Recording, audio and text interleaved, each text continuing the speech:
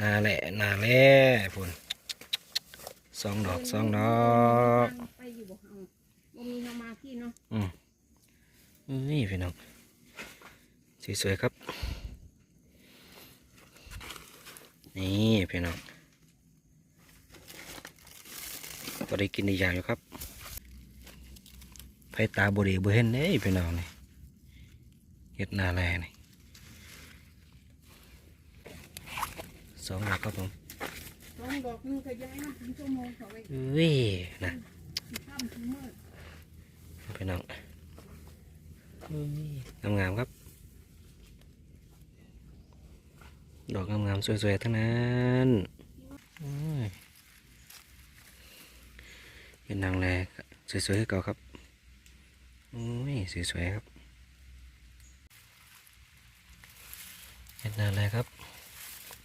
โอ้ยกีมัน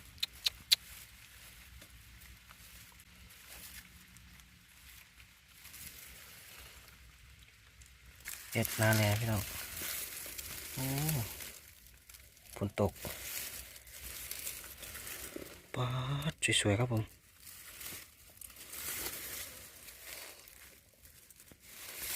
ฝนตกไม่ไหมพี่น้องนี่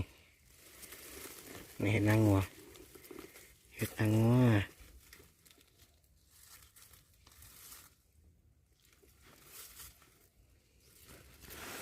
ดอกหนึ่ง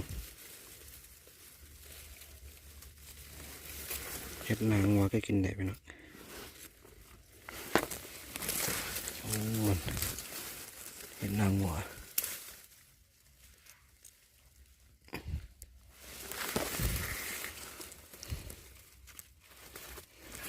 ฝ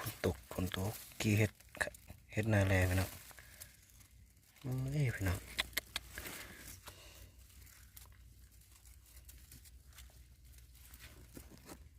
สวยๆเหมือนเดิมครับผม